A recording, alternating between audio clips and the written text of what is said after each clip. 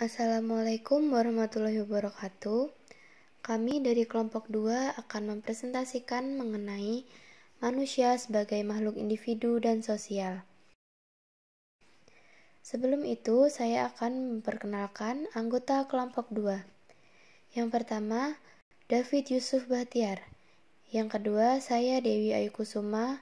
Yang ketiga, Deva Ardi Pamungkas. Yang keempat, Diah Yuli Astutik. Yang kelima, Dimas Trilaksono. Materi yang pertama adalah mengenai hakikat manusia sebagai makhluk individu dan sosial. Menurut Herimanto dan Winarno, unsur-unsur yang terdapat di dalamnya adalah yang pertama, susunan kodrat manusia yang terdiri atas raga dan jiwa. Yang kedua, sifat kodrat terdiri atas makhluk individu dan sosial.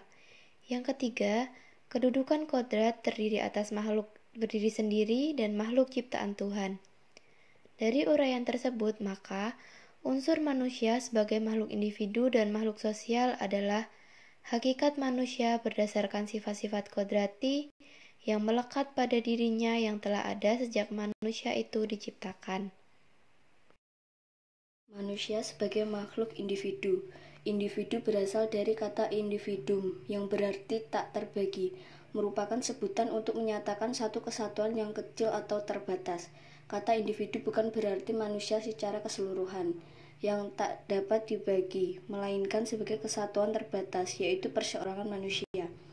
Jadi, makhluk individu adalah seorang manusia yang tidak hanya memiliki peranan khas di dalam lingkungan sosialnya, melainkan juga mempunyai kepribadian serta pola tingkah yang spesifik dalam dirinya. Manusia sebagai makhluk sosial. Manusia adalah makhluk sosial atau makhluk bermasyarakat yang membutuhkan perkembangan. Artinya dalam hubungannya dengan manusia sebagai makhluk sosial, manusia selalu hidup bersama dengan manusia yang lainnya. Karena alasan bahwa pada dirinya manusia ada dorongan dari kebutuhan untuk berhubungan atau berinteraksi dengan orang lain. Beberapa alasan mengapa disebut makhluk sosial.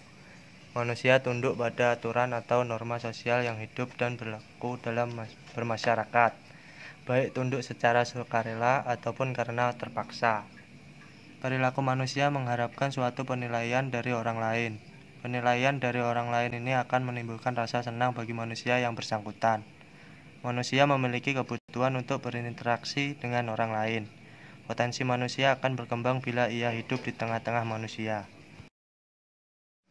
Peranan manusia sebagai makhluk individu dan sosial.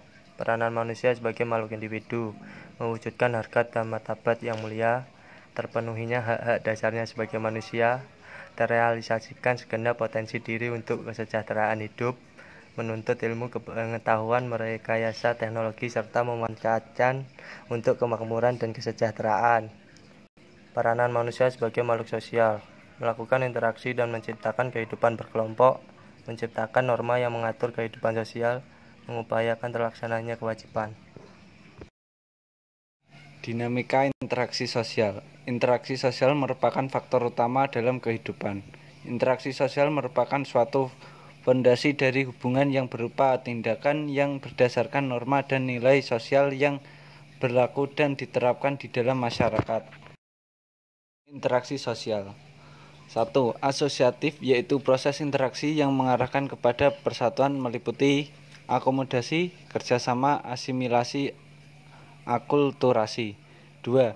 Disasosiatif, yaitu proses interaksi yang mengarah pada perpecahan meliputi persaingan, pertikaian atau pertentangan, kontroversi. Ciri interaksi sosial antara lain pelaku lebih dari satu orang. 2. Memiliki maksud dan tujuan. 3. Adanya komunikasi melalui kontak sosial baik secara langsung maupun melalui media. 4. Dimensi waktu yang akan menentukan sikap api yang sedang berlangsung. 5. Antar kepentingan individu dan kepentingan masyarakat. Dilema ini mengacu pada pertanyaan kepentingan mana yang harus didahulukan, yang menimbulkan dua pandangan yang saling bertolak belakang pada suatu kelompok masyarakat. Dua pandangan tersebut adalah: 1. Pandangan individualisme merupakan suatu paham yang memiliki pandangan bahwa manusia adalah makhluk yang merdeka dan bebas. 2.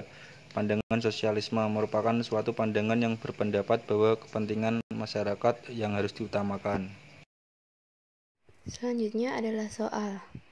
Yang pertama, berikan analisa Anda apakah yang akan terjadi jika manusia tidak melaksanakan perannya baik sebagai individu maupun sebagai makhluk sosial. Soal kedua, jelaskan tentang manusia sebagai makhluk sosial disertai contohnya. Yang ketiga, jelaskan tentang interaksi masyarakat di pedesaan dan perkotaan, serta berikan contohnya.